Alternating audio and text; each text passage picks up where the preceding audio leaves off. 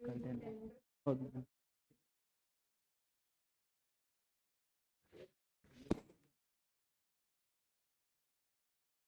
क्या है आया राम गया राम? ये वाले केस नहीं वो वाला केवल सुप्रीम कोर्ट में ही होते हैं? तो सीधा बोला ना, अदालत में होता है।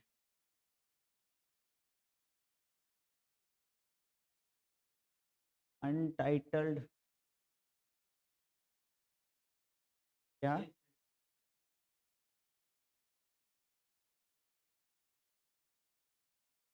आया राम गया राम केस है? अरे भाई व्यक्ति का नाम है,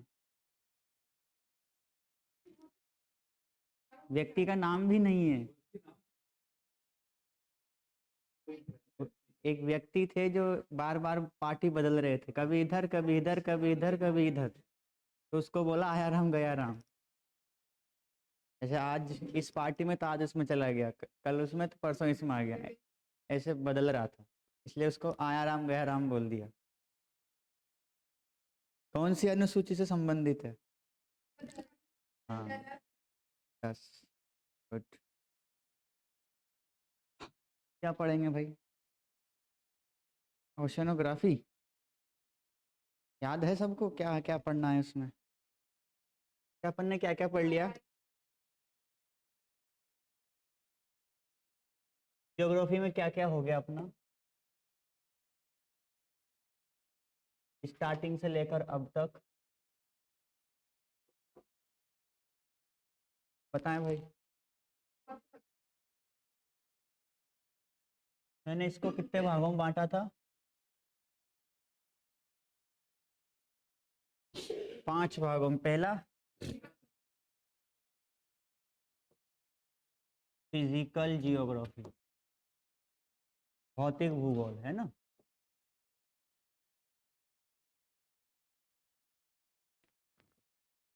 और इसके बाद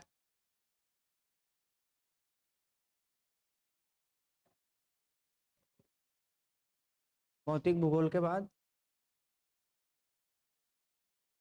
वर्ल्ड ज्योग्राफी।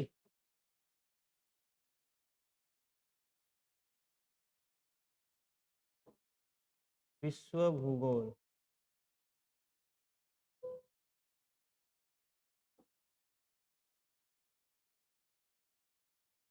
फिर इंडियन जियोग्राफी, भारत का भूगोल।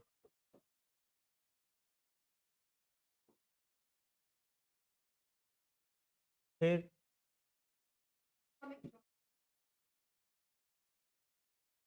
इकोनॉमिक जियोग्राफी, आर्थिक भूगोल, है ना?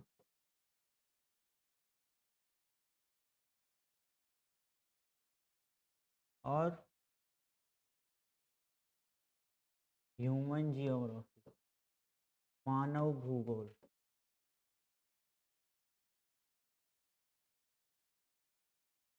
इतना ही था? फिर क्या था? इनको भी डिवाइड किया था। इसको भारत का हमको फिजिकल भी देखना होता है और पॉलिटिकल भी देखना होता है ना, भौतिक और राजनीतिक। नैतिक होता है, नीतिक होता है? नीतिक होता है। नैतिक में तो दूसरा हो जाएगा।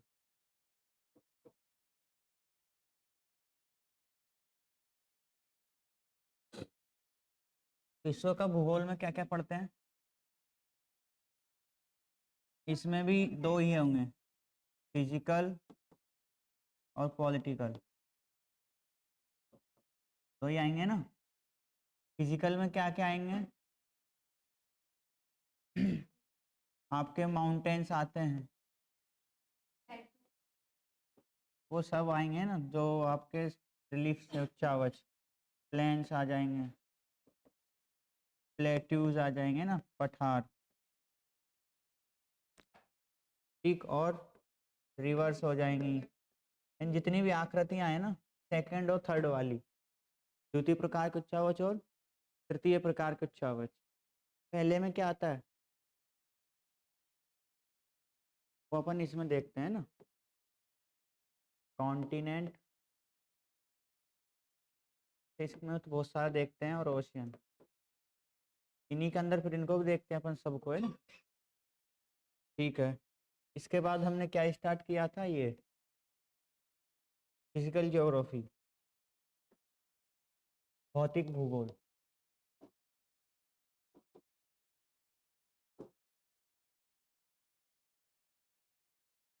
इसको भी फिर अपन ने बांट दिया था, सुविधा की दृष्टि से, पढ़ने में सुविधा हो, कितने भागों में बांट दिया था,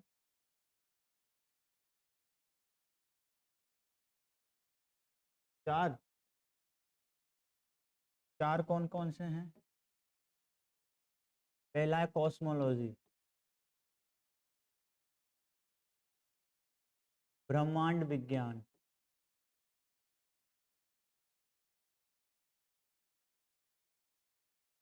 दूसरा जियोमॉर्फोलॉजी,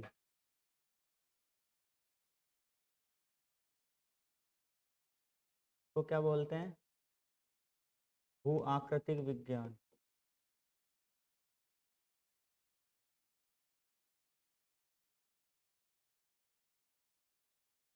फिर क्लाइमेटोलॉजी, को क्या बोलते हैं, जलवायु विज्ञान। फिर लॉजी नहीं होता, ग्राफी होता है, समुद्र विज्ञान।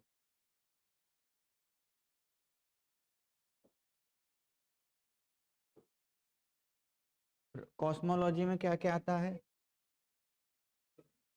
Origin of universe, solar system, फिर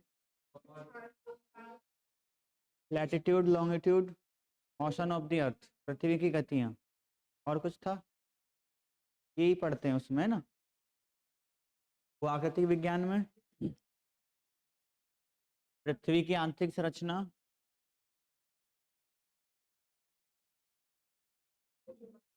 भूचुंबकत्व, फिर रॉक्स, जियोमैग्नेटिज्म, फिर पृथ्वी पर लगने वाले बल, है ना। बल में कौन कौन से आते हैं, अंतर्जात बल और बहिर्जात बल। उन दोनों को समझने के लिए हमने सब पढ़ा है ना, बहुत सारे सिद्धांत थे। ठीक है,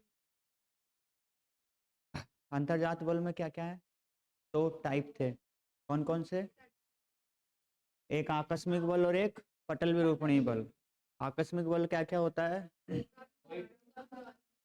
होता क्या है, एग्जाम्पल नहीं पूछ रहा, होता क्या है, जो अचानक लग जाए, जिसका कोई हमें अनुमान ना हो, जैसे ज्वालामुखी अचानक फट जाता है, भूकंप अचानक आ जाते हैं, और लैंडस्लाइड हो जाते हैं, सुनामी आ जाती है। ठीक है, तो वो कैसे बल हैं आपके, अचानक बल, आकस्मिक बल, जो कहाँ से उत्पन्न होते हैं, पृथ्वी के अंदर से, इसलिए अंतर्जात बल में आते हैं। दूसरा था इसका पटल विरूपणी बल, वो क्या होता है, पटल यानी आपका स्थल, इसके भी 2 पार्ट थे, यानी जो आपका स्थल खंड है उसमें क्या हो रहा है, परिवर्तन हो रहा है लगातार, कहीं पठार बनेंगे, कहीं मैदान बनेंगे, कहीं घाटियां, है ना, बनते जा रहे थे। तो इसके 2 थे, एक था महादेश जनक बल और दूसरा पर्वत निर्माणकारी। महादेश जनक बल क्या था, जिसमें आपके महाद्वीप महासागर बन रहे थे। ठीक है, ये भी 2 टाइप का था। कैसे लगता है ये बल, ऊर्ध्वाधर, वर्टिकल। इसमें 2 थे, अधोमुखी और ऊपरी मुखी, अपवार्ड और डाउनवार्ड। डाउनवार्ड हो गया अधोमुखी, और ऊपरी मुखी अपवार्ड। अपवार्ड में 2 थे, अपवार्ड में 2 थे, ऊपरी मुखी में पहला था निर्गमन और दूसरा उत्थान। उत्थान को अपलिफ्टमेंट बोलते हैं और निर्गमन को इमरजेंस। अधोमुखी में भी 2 थे, एक था अवतलन सबमर्जेंस, और दूसरा था निमज्जेंस, निमज्जन, सब्सिडेंस। ठीक है। फिर आते हैं हम पर्वत निर्माणकारी बल में। उसमें भी दो लग रहे थे। ये कैसे लग रहा था? क्षैतिज। ठीक है। एक तनाव बल था और दूसरा संपीड़न बल था। तनाव बल क्या होता है? जब दो वस्तुएं एक दूसरे से दूर जाती है, यानी खिंचाव होता है, खिंचाव होता है तभी तनाव होता है ना। तो इससे क्या बन रहे थे आपके? इससे आपका दरारें पड़ रही थी, क्रैक्स आ रहे थे ना, और भ्रंश हो रहे थे। तो इसके दो उदाहरण थे, एक तो ब्लॉक माउंटेन, दूसरा रिफ्ट वैली, भ्रंश घाटी और भ्रंशोत्त पर्वत। संपीड़न बल, जब दो वस्तुएं पास आती है तो कंप्रेस होती है, तो उनमें कंपन होता है। तो उससे क्या बन रहे थे आपके? वलित पर्वत बन रहे थे। ठीक है। अब इसमें बलन बन रहे थे और अधिवलन। तो वलन भी अपने देखे थे 7 प्रकार के होते हैं। कौन कौन से होते हैं? एक तो होता है आपका सममित वलन, सिमेट्रिकल फोल्ड, फिर असिमेट्रिकल फोल्ड, असमित वलन, फिर एकनत वलन, फिर अधिवलन, फिर परिवलन, फिर समनत वलन और अधिक्षिप्त वलन। ठीक है। तो और थे इनमें, वो किसके आधार पर थे? जब वलन में से लहरनुमा आकृति बनती है तो एक एंटीक्लाइन और एक सिंक्लाइन, अपनति और अभिनति। अभिनति धंसे हुए पार्ट को, अपनति उठे पार्ट को। तो इसके आधार पर दो वलन और थे, सम अभिनति और सम अपनति। सम अभिनति क्या होगी? एक बड़ी अभिनति होगी, उसमें छोटी छोटी अपनतियां मिलेंगी, और अपनति एक बड़ी अपनति होगी, उसमें छोटी छोटी। उदाहरण? अच्छा, सबके उदाहरण लिखवाए हैं मैंने। छोटा नागपुर का पठार किसका उदाहरण है? देखो, सुनो इधर, कैसे याद रखना है। आपको बम विस्फोट करना है, कहाँ करोगे? ब्लास्ट करना है तो आप घेरी वाले स्थान पर करोगे जहाँ पर गड्ढा होगा, ताकि बाहर कम आ पाए। परमाणु विस्फोट करना है तो किसी ऐसे स्थान पर करोगे ना जो ज्यादातर फैले ना। तो मेनली अपन नीचे स्थान पर करेंगे। तो अभिनति क्या है? नीची है। तो पाकिस्तान का पोटवार क्षेत्र क्या है? परमाणु परीक्षण केंद्र। तो उसका उदाहरण वही था, यानी हम बम खान गिराएंगे नीचे, नीचे गिराते हैं ना, तो क्या हो गया वो? अभिनति। और छोटा नागपुर का पठार क्या है अपना? ऊंचा है। अपनति क्या होती है? उठी हुई। वो समपनति का उदाहरण हो गया। हो जाएगा याद? नहीं बोलोगे? ठीक। हाँ, क्लाइमेट, क्लाइमेटोलॉजी में क्या क्या पढ़ा था? वायुमंडल का संगठन, कंपोजिशन ऑफ एटमॉस्फेयर। सेकंड, वायुमंडल की संरचना। Third, insolation and heat budget. फिर टेम्परेचर। फिर एयर प्रेशर। फिर एयर प्रेशर के बाद एयर सर्कुलेशन। 3 टाइप से था, प्राइमरी, सेकेंडरी, टर्शियरी। प्राइमरी में क्या क्या था? प्राथमिक, व्यापारिक पौने, पछुआ पौने और पूर्वा पौने। दूसरे प्रकार के परिसंचरण में साइक्लोन और एंटी साइक्लोन, चक्रवात और प्रति चक्रवात। तीसरे प्रकार के परिसंचरण में स्थानीय पौने, उसमें क्या क्या था आपका? समुद्र समीर, स्थल समीर, पर्वत समीर, घाटी समीर। एनावेटिक, कैटावेटिक। कैटावेटिक क्या है? जब हवा नीचे उतरे। एनावेटिक जब हवा ऊपर उठे। घाटी समीर जब हवा घाटी से ऊपर जाए। पर्वत समीर जब हवा पर्वत से नीचे आए।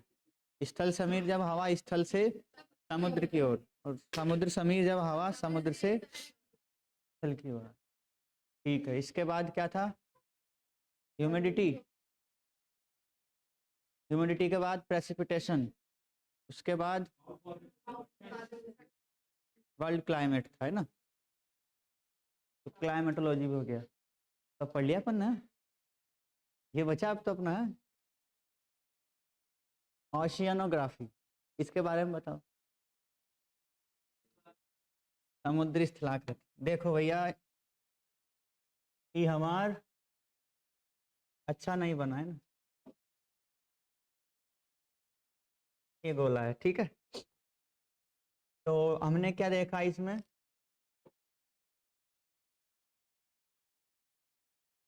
हाँ हम तो रहते ही हैं, ठीक है। इसके ऊपर क्या मिलेगा इसका, ये इसका एटमॉस्फेयर है,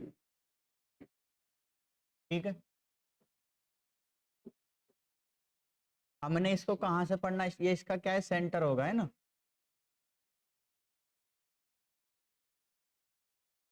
ठीक है, इसको भी हमने बांट दिया था, ऐसे बांट दिया था। ये था अपना कौन सा वाला भाग, क्रस्ट, मेंटल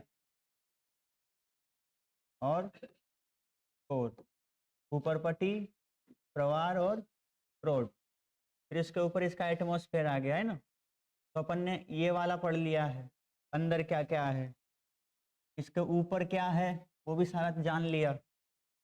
5 लेयर थी, कौन कौन सी। सबसे पहले आता है आपका ट्रोपोस्फेयर, फिर स्ट्रेटोस्फेयर, फिर मीजोस्फेयर, फिर आयनोस्फेयर या इसको थर्मोस्फेयर बोलते हैं ना, फिर एक्सोस्फेयर, क्षोभ मंडल, समताप मंडल, मध्य मंडल, आयन मंडल और बहिर्मंडल। हमने देख लिया ऊपर का और अंदर का, बच गया हमारा ये वाला पार्ट। इसमें भी हमने बहुत सी चीजें पढ़ ली है ना, पर्वत पठार मैदान सब पढ़ लिए हैं। अब बचा हमारा पानी वाला इलाका, भाई पानी कितना है ना। तो इस पानी के अध्ययन को हमने क्या बोला, ओशियनोग्राफी। यानी पृथ्वी पर जितना भी पानी है, जितना भी पानी है पृथ्वी पर, उसके बारे में पढ़ेंगे ना। कितना पानी है, हमारा लायक कितना है, कब तक रहेगा, कब तक समाप्त हो जाएगा, अभी देखेंगे आगे ना कितना है। जैसे जनरली आपको पता होगा 71% पार्ट पर पानी है, और जो 71% है ना, उसका अगर हम 100% लें तो इसमें से 97% खारा पानी जो हमारे पीने लायक ही नहीं है, ओनली 3% है। अब इस 3% में भी हमारे पास जो आ रहा है वो 0.1 के लगभग है। ये 3% भी अलग अलग भागों में बटा हुआ है, ठीक है। तो आज अपन इसी को देखेंगे ना। तो अपन ने ऊपर पढ़ लिया, नीचे पढ़ लिया, बीच वाला रह गया पानी पानी वाला। तो आज करते हैं पानी पानी, है ना। आज पानी पानी, ठीक है। हाँ जो भी हो पानी पानी।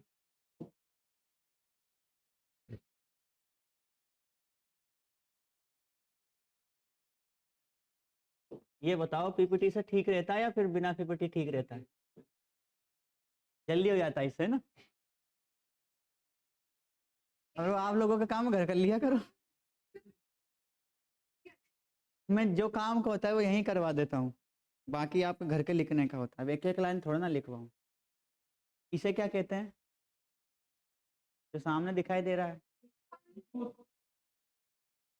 जिसने बीच बोला ना, बस मैं वही सुनना चाह रहा था। आपने नहीं बोला, ठीक है कोई बात नहीं। हम्म,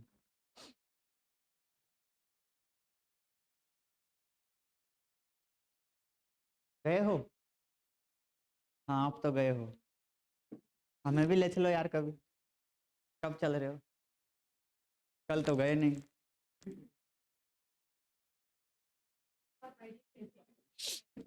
मैं लगाना भूल गया, मैं जिस बीच पर गया था उसका, जैसे कल लगाया था ना जुरासिक पार्क वाला, ऐसे ही दोनों ही गए थे हम घूमने, बीच पर भी। जहाँ भी जाते हैं साथ जाते हैं ना, वरना जाते ही नहीं। कल किसका फोटो था, हाँ ठीक है। ओशियनोग्राफी है ना, ओशियन मीन्स महासागर, ठीक है। महासागर बोलते हैं, ग्राफी यानी स्टडी है। तो महासागरों की क्या करनी है अपन को, स्टडी करनी, देखना है इतना बड़ा सा है, कैसे बन गए इतने सारे, है ना, कहाँ से आए हैं।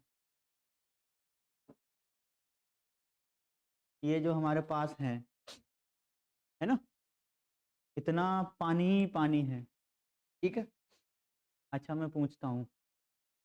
हाँ, पानी का ही नाम बताना है, ये पानी का क्या नाम। वेरी गुड, कैस्पियन सी। हम्म,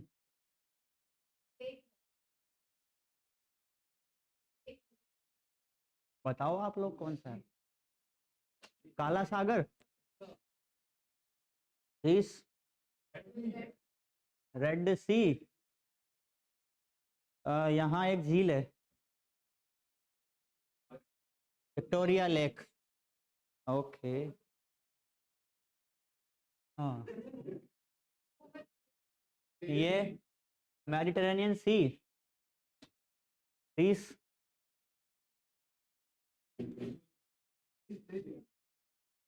हडसन बे। सही है, हडसन कहाँ है, हडसन कहाँ है फिर, वही है, यहीं पर होती है Hudson Bay. This Gulf of Mexico and this, हाँ तो उसी के नाम पर सी है, Caribbean Sea, this and this. अच्छा, ये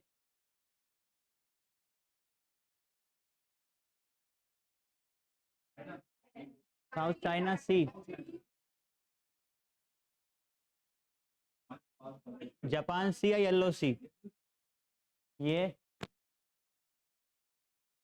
ओखोत्सक, खोत्सक है ना, सब याद है आप लोगों को, अच्छा है ना। ठीक है, तो ये अपने महासागर है सारे के सारे, ये आपका इंडियन ओशियन है, एकमात्र महासागर जो किसी देश के नाम पर है, और वो भी हमारा ही देश है ना। ठीक है, ये आपका एस के आकृति नुमा अटलांटिक, इधर भी आपको पैसिफिक मिलेगा और इधर भी पैसिफिक मिलेगा। ठीक है, नीचे मिलेगा आपको, वैसे मानते नहीं है, इसकी पूंछ काट ली, इसकी पूंछ काट ली, इसकी पूंछ काट ली और नया जानवर बना दिया, पूंछ वाला है ना, इसको नाम दे दिया दक्षिणी महासागर। ऊपर मिलता है उसका नाम है आपका आर्कटिक। अब जैसे आपको इसमें दिख रहे होंगे, क्या क्या दिखाई दे रहा है आपको इस चित्र में, कुछ नहीं, महाद्वीप दिख रहे होंगे, तो महाद्वीपों में भी कुछ दिख रहा होगा ना, देखो कहीं उठा हुआ पाठ है, कहीं बैठा हुआ है ना, पर्वत पठार मैदान, सारे प्रकार की जो आकृतियां, वही आपको महासागर में भी मिलेगी। ऐसा नहीं है कि केवल ये महाद्वीपों पर ही है, महासागरों में। अब आपको यहाँ दिख रहा होगा एक जैसा कलर नहीं है ना, ये थोड़ा वाइट वाइट दिख रहा है, ये उठा हुआ पार्ट है उसका, जो महासागरों में पर्वत पठार मैदान बने हुए हैं, खाइयां भी बनी, हाँ अंदर ही तो है। बाहर कैसे आएंगे भाई बाहर आ जाएगा माउंटेन तो उसे क्या बोलेंगे, आइलैंड बोलेंगे, टापू। ठीक है, तो ये सब जो आपको महाद्वीपों देखने को मिलता है ना, वो महासागरों में भी है, बड़े बड़े मैदान मिलेंगे महासागरों में, ऐसा नहीं कि आपके यहीं है। ठीक है, जैसे यहाँ रेगिस्तान, महासागर में बहुत बड़ा रेगिस्तान है, पर वहाँ रेत नहीं मिलेगी। रेगिस्तान क्या है, मरुस्थल का है जहाँ जीवन नहीं होता, और महासागर के ऐसे पार्ट हैं जहाँ जीवन नहीं है, बहुत सारे अंदर, ज्यादा गहराई में जाओ नहीं मिलेंगे जीव। महासागर तो मेरे जाना ट्रेन में जाना, मिलेगा कुछ, नहीं मिलेगा, है ना।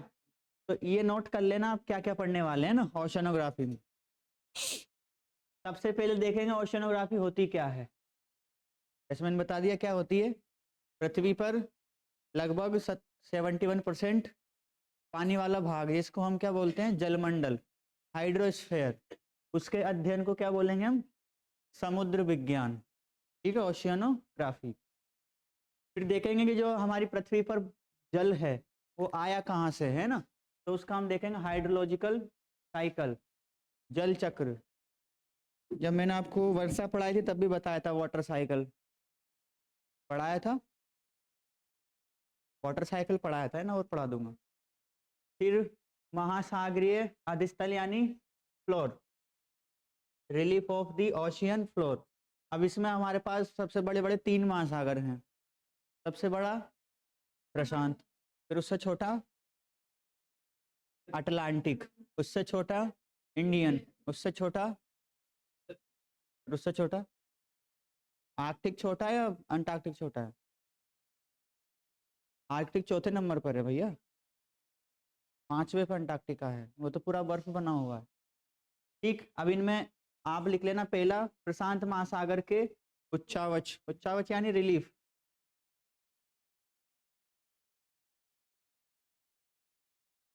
Relief of Pacific ocean. Relief में क्या देखा हमने?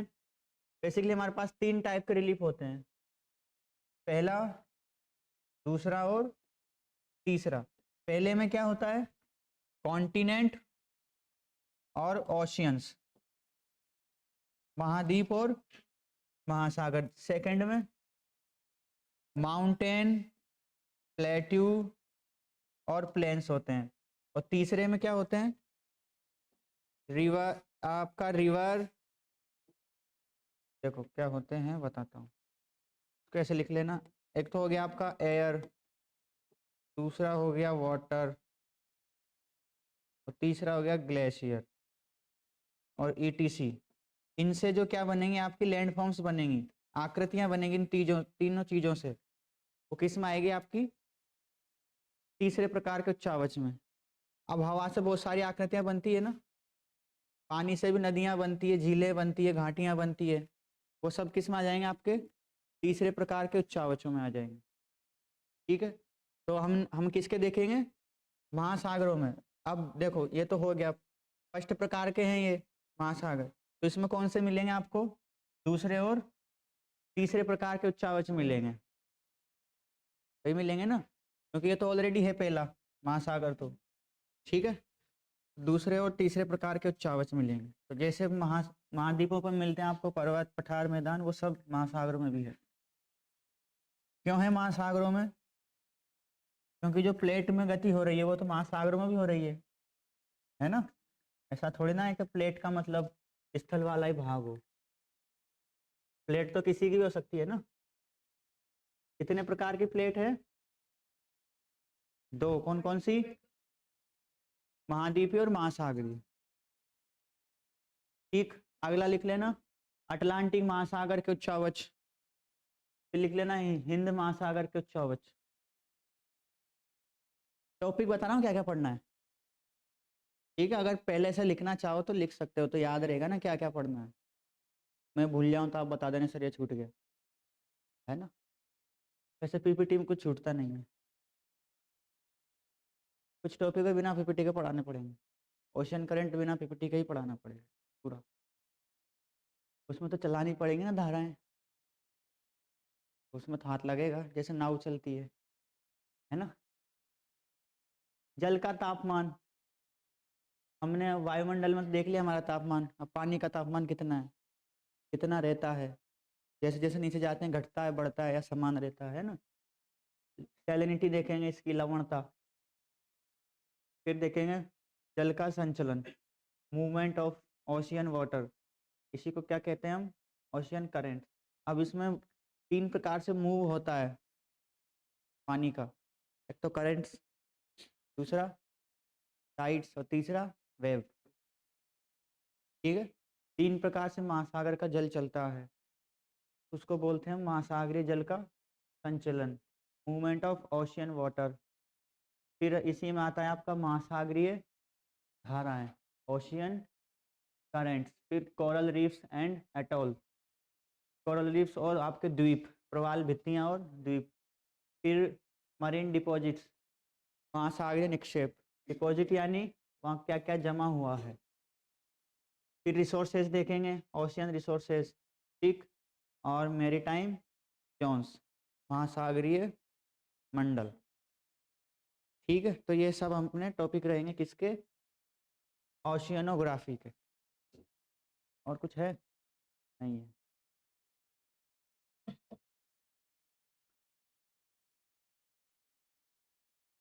ये इसलिए लिखवा रहा हूँ मैं ताकि आप खुद घर पे एक बार पढ़ लो, तो यहाँ आओ तो फिर मेरी तरफ ना देखो, है ना। कहीं जाते हो तो प्रिपेयर होके जाते हो ना। जैसे टूर पे जा रहे हो तो सब सामान लेके जाते हो या फिर वहाँ पर डिपेंड रहते हो? लेके जाते हो ना, ताकि कुछ ना मिले तो हमें, हमारे पास तो है ना। पहले से पढ़ के आता तो ज़्यादा समझ में आता है। अब किसी चीज़ के बारे में सीधे यहीं आकर टकरा रहे हो तो समस्या हो जाती है ना। ठीक है। हाँ भैया, जल ही जीवन है ना। किस किस को लगता है कि नहीं है? जल, आज से जल ही बोलेंगे ना। जल।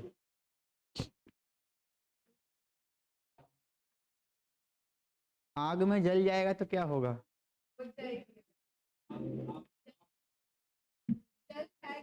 आग में जल जाएगा तो क्या होगा?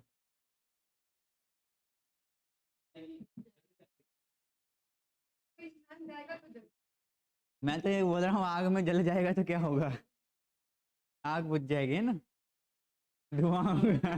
गुड, ये सही था, है ना।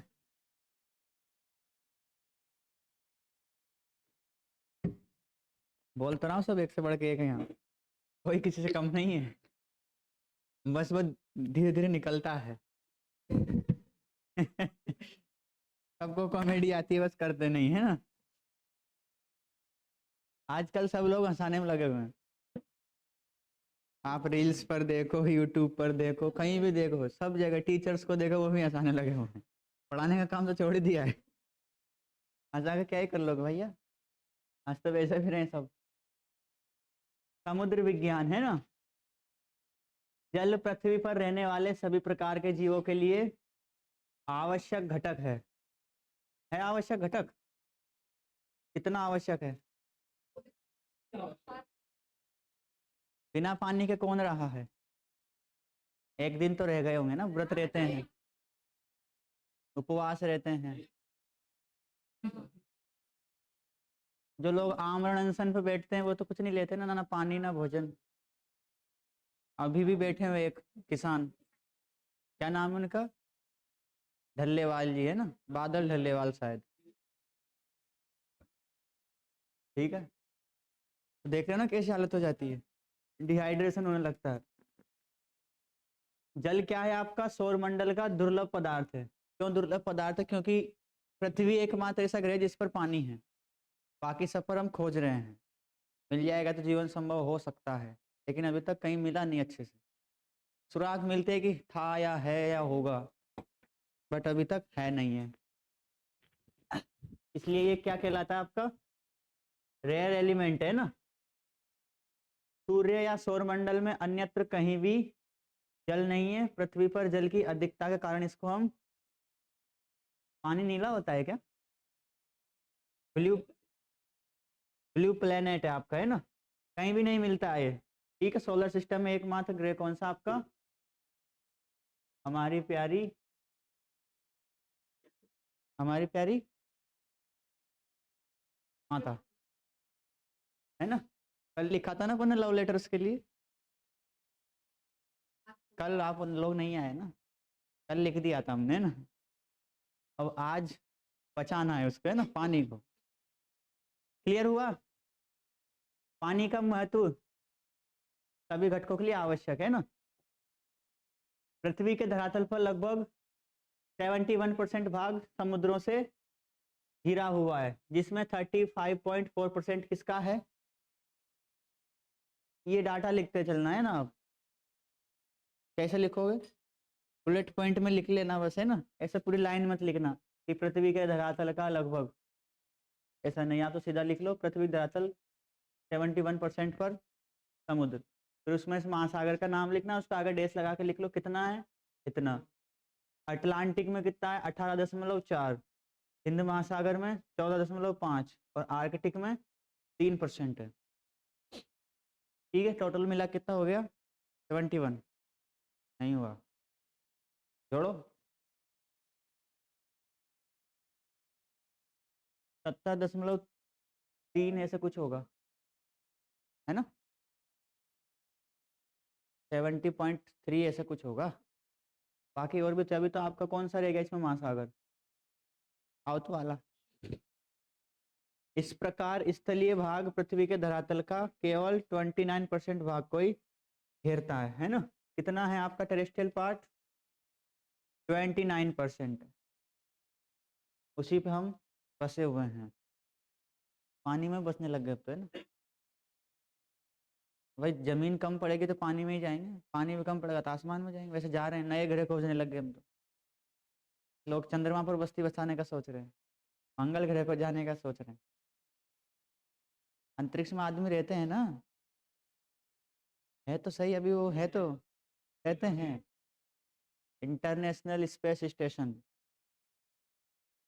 हाँ अभी तक पहुंच नहीं रहे, लगता है जब तक पहुंचेंगे तब तक पता नहीं क्या ही होगा। लेकिन जीवन उतना संभव नहीं है ना, तो ऑक्सीजन नहीं है ऊपर, कहाँ मिलेगा आपको, कहाँ तक मिलती है ऑक्सीजन।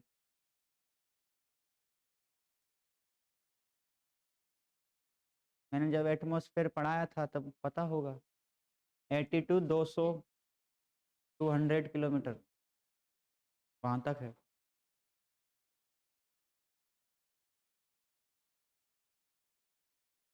बताया तो था मैंने।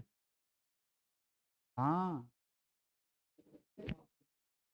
प्रेजेंट होती है, लेकिन वहाँ डेंसिटी बहुत कम होती तो मुंह में नहीं आ पाती है। ठीक है, क्लियर। कितना है अपने पास? 71। उसका हमने बांट दिया, सबसे ज्यादा किसमें है आपका, क्योंकि ये सबसे बड़ा है भैया, है ना, बहुत बड़ा है। इसके बाद आपका अटलांटिक आता है जो 18.4 है।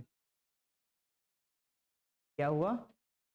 अरे भैया अटलांटिक 18 है, ये 14 हिंद महासागर है, और 3 आपका आर्कटिक है। ठीक है ना, पीछे लिखा हुआ है ना, आगे नाम पीछे उसका आगे दे दिया है। ठीक, क्लियर, ओके। पृथ्वी के धरातल का एग्जैक्ट देखें तो इतना है ना, 70.8%। इस जलीय भाग को हम क्या बोलते हैं? हाइड्रोस्फेयर, जलमंडल। ठीक, and the study of this hydrosphere और ओशियन इज कॉल्ड ओशियनोग्राफी। जलमंडल या सागरों के अध्ययन को हम क्या बोलते हैं? समुद्र विज्ञान। ठीक है, जैसे हमने जलवायु का अध्ययन किया तो उसको क्या बोल दिया? जलवायु विज्ञान बोल दिया।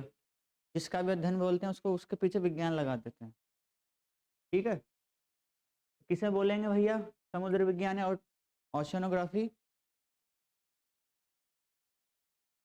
पृथ्वी के धरातल का 78% भाग और 70.8% भाग सागर से घिरा हुआ है। ठीक, इस जलीय भाग को हम जलमंडल बोलते हैं और इसके अध्ययन को समुद्र विज्ञान। ओके, अब आता है आपका हाइड्रोलॉजिकल साइकिल। इधर जगह है। क्या होता है हाइड्रोलॉजिकल साइकिल, बताओ साहब। मैंने बताया आपको, हमारे पास होता है पानी। ठीक, पानी से हम क्या बनाते हैं? वेपर। भाप बनाते हैं, जलवाष्प, है ना। कब बनती है? जब हम इसमें एनर्जी देते हैं, हीट देते हैं, तो किस में कन्वर्ट हो जाता है पानी? वेपर में। और फिर अगर हम पानी से वापस क्या बनाएं? वापस वाटर बनाएं, तो इससे भी हमें क्या करना पड़ेगा? इससे अब एनर्जी को, क्योंकि हमने दिया था तो क्या बन गया? वेपर बन गया। अब वापस ले लेंगे तो वापस क्या बन जाएगा? पानी। आपने अपने पैसे दे दिए, आप गरीब बन गए, वापस ले लिए अमीर बन गए। भाई ठंडा है और क्या है। तो इस प्रोसेस को हम क्या कहते हैं? वाष्पीकरण, इवेपोरेशन। ठीक, और इसमें लगने वाली ऊष्मा गुप्त ऊष्मा कहलाती है। और भाप से पानी बनना क्या कहलाता है? संघनन कहलाता है। ये सब पढ़ा दिया है मैंने। ठीक है, तो ये क्या बन गया आपका? पानी से भाप, भाप से वापस पानी। एक साइकिल बन रहा है ना ये, ऐसे। अब इसके इवेपोरेशन के अलग अलग रूप हैं, अलग अलग जगह से होता है। वाटर से होता है तो इसको इवेपोरेशन बोलते हैं, ट्रीज से होता है तो ट्रांसपिरेशन, या इसको इवेपोर ट्रांसपिरेशन या वेपोराइजेशन बोलते हैं। ठीक है, और कंडेंसेशन तो एक ही जगह से होता है। आपका ऊपर जाओगे तो क्या होगा, टेम्परेचर कम होता जाएगा, और जो भाप बन के ऊपर पानी गया था वो छोटी छोटी बूंदों में जम जाएगा, जब इकट्ठा हो जाएगा तो वर्षा के रूप में नीचे आ जाएगा। तो ऐसे आपका पानी ऊपर जाता है और फिर वापस नीचे आता है, तो इसे क्या कहते हैं हम, जल चक्र कहते हैं, वाटर साइकिल, है ना। जल एक चक्रीय संसाधन है, चक्रीय यानी हम इसको वापस यूज कर सकते हैं ना, जिसका उपयोग एवं पुनः प्रयोग किया जा सकता है, यूज एंड रीयूज कर सकते हैं। ठीक है, जलीय चक्र के रूप में जल महासागर से धरातल पर और धरातल से महासागर तक पहुंचता है। महासागर से भाप बन के ऊपर उठेगा, फिर वापस नीचे आएगा, फिर जाएगा, फिर नीचे आएगा। यह पृथ्वी के नीचे जो ग्राउंड वाटर होता है और पृथ्वी के ऊपर वायुमंडल में जल के संचलन की व्याख्या करता है। ऐसा नहीं कि केवल स्थल पर ही पानी है आपका, स्थल के नीचे भी है और स्थल के ऊपर। नीचे तो आपका वाटर है, ऊपर क्या है, ऊपर आपका वाटर वेपर मिलता है, भाप ऊपर तो वही मिलेगी ना। ठीक है, वेपर के रूप में मिलता है ऊपर वायुमंडल में, तो वो सब आता है इसमें, है ना। पानी में यानी पूरा कुछ पानी आएगा। ये देखो भैया, ये आपके ओशियंस है ना, ये प्लांट्स है, ये आपकी नदियां हैं, है ना, और कुछ झीलें हैं। ठीक, तो यहाँ से पानी बन के ऊपर जा रहा था, इसको तो हमने क्या बोल दिया, इवेपोरेशन। पेड़ों से जो पानी जा रहा है उसको इवेपो ट्रांसपिरेशन या ट्रांसपिरेशन भी बोल देते हैं, या वेपोराइजेशन बोल देते हैं। ठीक है, जो कहाँ से जाता है, पेड़ों से जाता है। तो इसके बाद इसका क्या होता है, कंडेंसेशन होता है। कंडेंसेशन से आपके बादल बनते हैं, और बादल फिर आपके वर्षा के रूप में नीचे आ जाते हैं, फिर वापस भरता है महासागरों में, पेड़ पौधे उगते हैं नए, फिर चलता है, और ये साइकिल ऐसे चलता ही रहता है। ठीक है, इसको क्या बोलते हैं हम, जल चक्र। ठीक है, हो गया जल चक्र, बना लोगे आप लोग, ऐसे ही लिख लो, है ना। अरे लिख लो भैया, बनाना पड़ेगा ना। अब मैंने चित्र लगा दिया, इसका मतलब तो ना आप बनाओगे नहीं। अब मैं पीपीटी नहीं बनाता तो मैं खुद बनाता हाथों से, फिर कुछ मत करो आप, इवेपोरेशन लिख लो, उसके ऊपर कंडेंसेशन लिख लो, है ना। कंडेंसेशन के बाद क्या लिख लो, प्रेसिपिटेशन, और फिर यहाँ पर एरो लगा देना, और इसमें बीच में लिख दो जल चक्र, बस बन गया, इतना सही। क्या ये वर्षा, हाँ वो बूंद आती है तो ऐसी बंट जाती ना, बहुत सारे पार्टिकल्स होते हैं, उससे वजह से होता है। अब मैंने तो अच्छे से देखा नहीं, अब वो दिखाई दे जाती होगी उनमें ना। कैसे बनाओगे जल चक्र, लिख लो भैया, एक तो वो प्रोसेस लिख लेना जो मैंने बताई थी वहां, वाटर टू, है ना। ठीक, या नीचे लिख लेना वाटर बॉडी।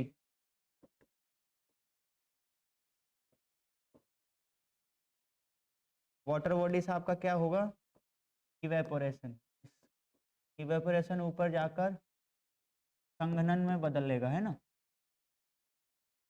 संघनन से आपके क्या बनेंगे, क्लाउड बनेंगे।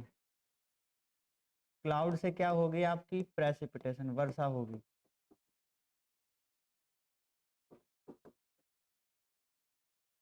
फिर ये वर्षा वापस कहाँ आ जाएगी, आपकी वाटर बॉडी में, और फिर वापस ये ऐसे चलता रहेगा। तो इसको बोल देना आप क्या, हाइड्रोलॉजिकल साइकिल या जल चक्र।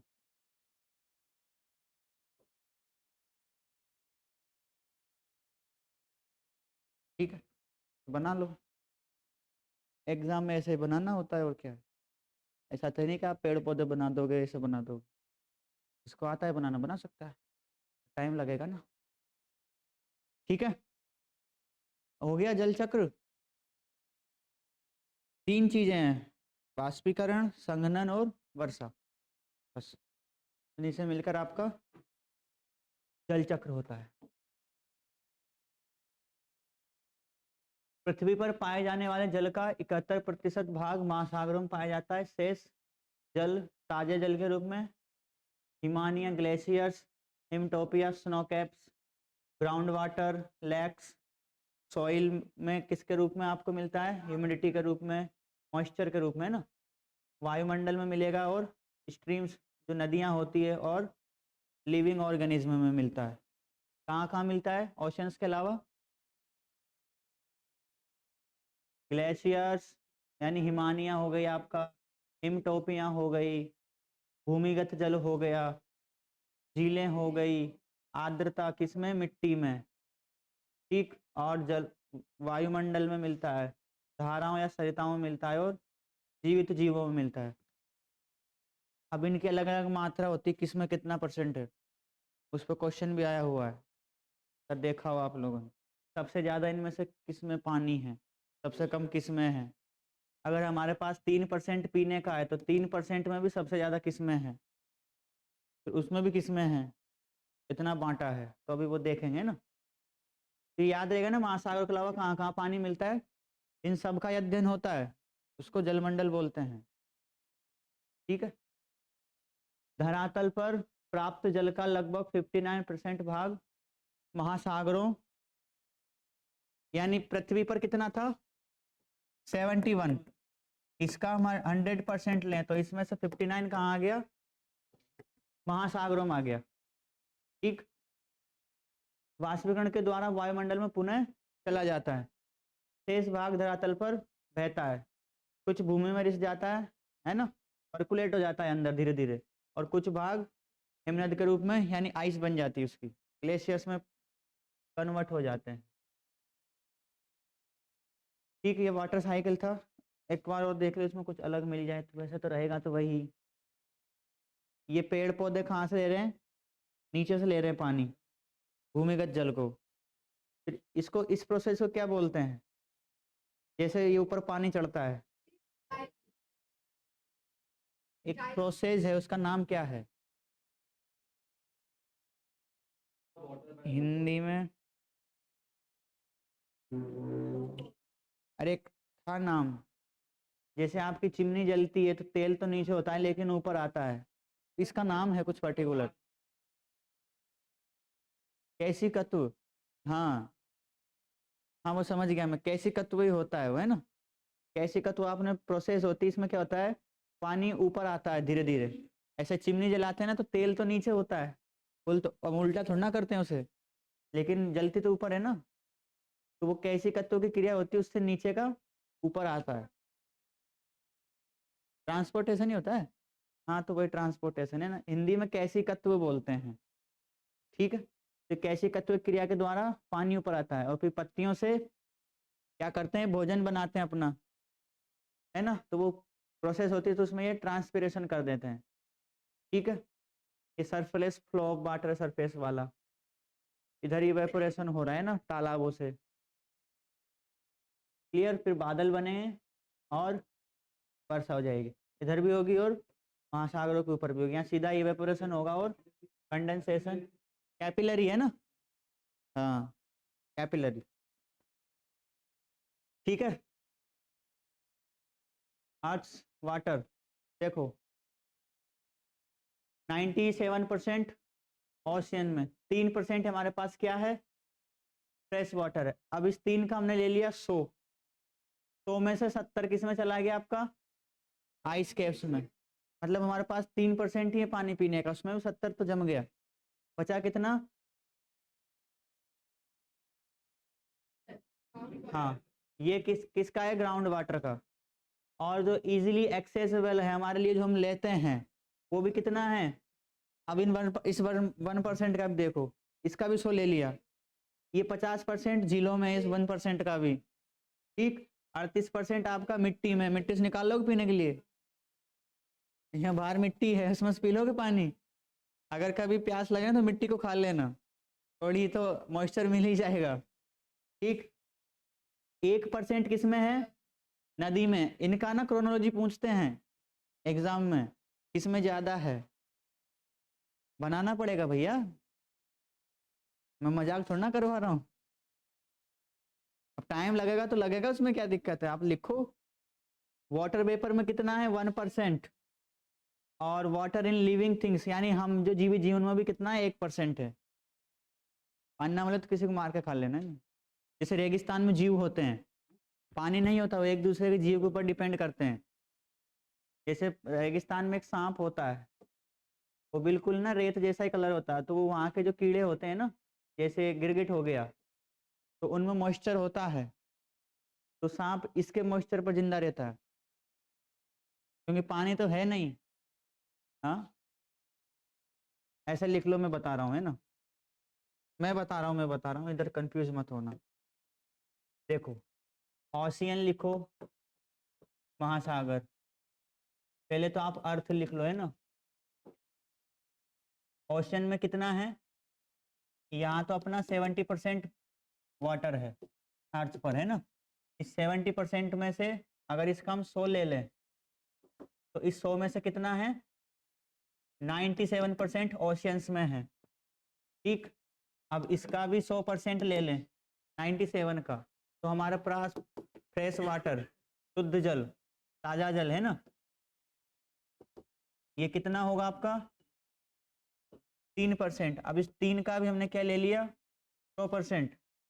अब इस 100% में से सबसे ज्यादा आइस कैप में है, हिमानियों के रूप में,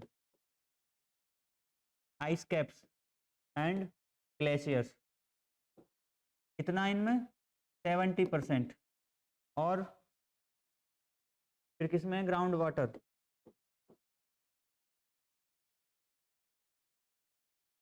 इसमें आपका 29%। और जो हमारे लिए पीने के लिए है, एक्सेसिबल है, जो हमको उपलब्ध पानी है ना, उपलब्ध ताजा जल, ये कितना है? केवल 1%। अब इस 1% का भी हमने 100% ले लिया। अब इसमें से आपका सबसे ज्यादा किसमें? झीलों में, लेक्स। नदी में केवल 1% भाई। ये तो कंफ्यूजन होता है कि हम नदियों में ज्यादा मान लेते हैं झीलों की तुलना में, लेकिन सबसे कम 1% ओनली। झीलों में कितना है? 52। ठीक, फिर मिट्टी में सॉइल मॉइस्चर,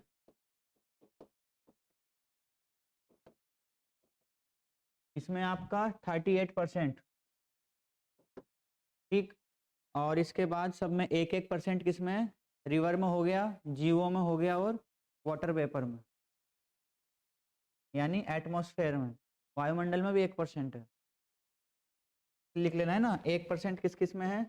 नदी, जीवित जीवों में, और आर्द्रता, वाटर वेपर, जलवाष्प, जो वायुमंडल में है। हाँ,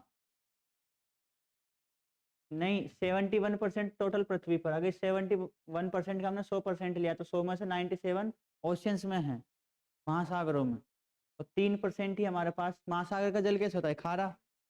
ठीक, तो हमारे पास केवल 3% ही पीने के लिए शुद्ध पानी है। हाँ, 71 में से ही है। सोइल के बाद ये रहे ना, 1% नदी, 1% जीवित जीव, और 1% जलवाष्प। अभी तो और आएंगे, तो मोटा मोटा बता दिया आपको एग्जाम के लिए याद रखने के लिए। अभी तो ये 1% भी नहीं है पूरा, 0 पॉइंट कुछ है। इससे तो आप क्रोनोलॉजी याद रख लेना अच्छे से। लेक में 52% है।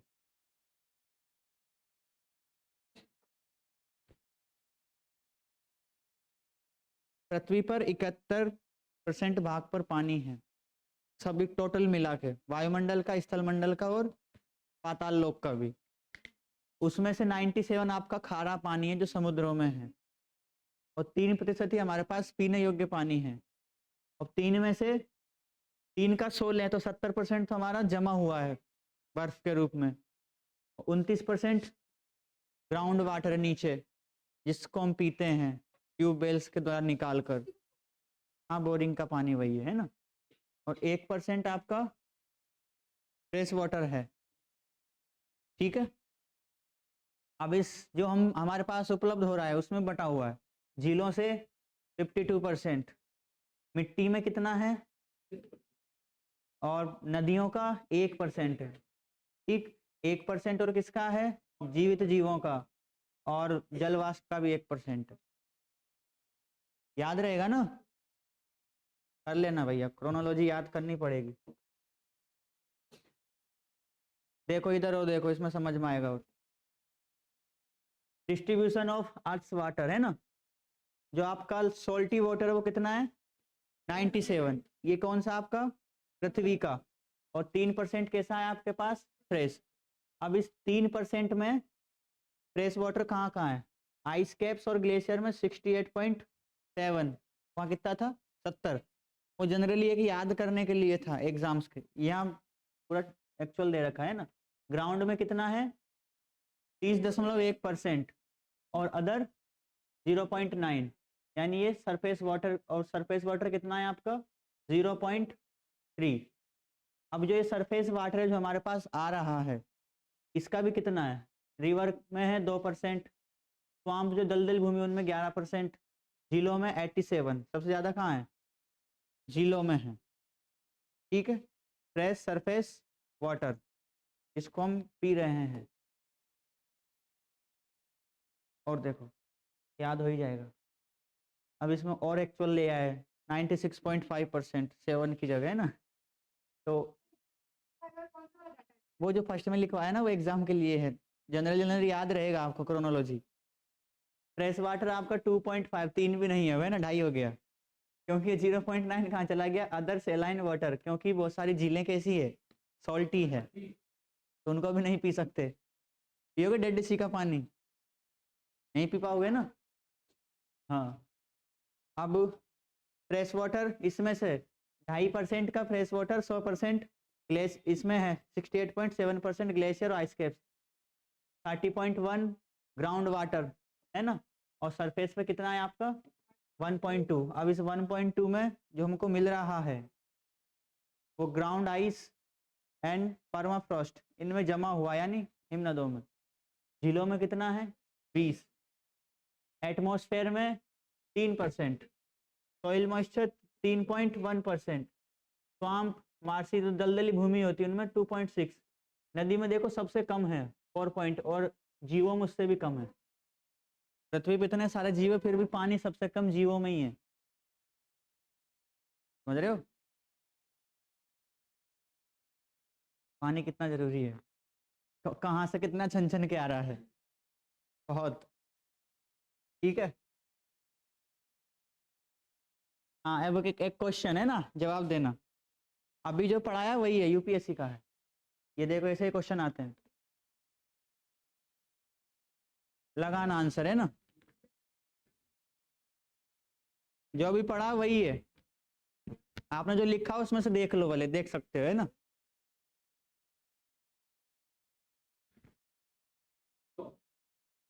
ओनली 2, सबसे आंसर बनना चाहिए क्योंकि मैंने लिखवा दिया है, देख के बताओ है ना, भले ही पहला गलत है, ध्यान से पढ़ लेना एक बार है ना।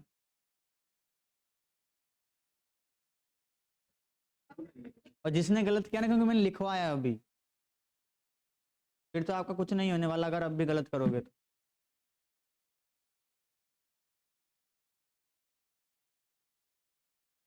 पढ़ लिया, पहला सही है। इंग्लिश भी देख लेना, ठीक है, इंग्लिश भी देख लेना, डाउट हो तो। अब बताओ ए वाले कितने हैं, ए सही है, ए वाले बताओ कितने हैं, कोई नहीं है, ठीक है। दो वाले कितने हैं, अच्छे से हाथ खड़े करो, बढ़िया, ठीक है। और सी वाले प्रतिभा, 3 लोग हैं, सी 4 5 6, और डी वाले नथिंग। अभी तो मैंने बताया, देखो नदियों और झीलों में जल की मात्रा भूजल की मात्रा से अधिक है। अधिक है क्या? क्या ग्राउंड वाटर सबसे ज्यादा है भैया?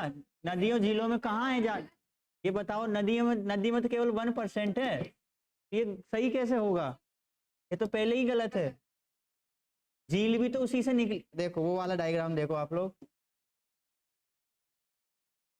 इधर देखो, ग्राउंड वाटर तो यहाँ आ गया ना, झील तो यहाँ पर आई है। ग्राउंड ये सरफेस वाटर में लेक्स, ये 1.2% में से है। ग्राउंड तो पूरा अलग है, समझ रहे हो ना? तो वो कहाँ से हो जाएगा? मैंने लिखवाया था ना, इसलिए तो लिखवाया है, ऐसे डाउट होता है। तो ये वाला तो आपका हो जाएगा गलत, और ये वाला सही है ना, ध्रुवीय मच्छर, क्योंकि सबसे ज्यादा इन्हीं में है, ग्राउंड वाटर से ज्यादा है। ठीक है, कल इनको याद रख के लाना, अच्छे से पूछूंगा मैं ना। ठीक है, ओके।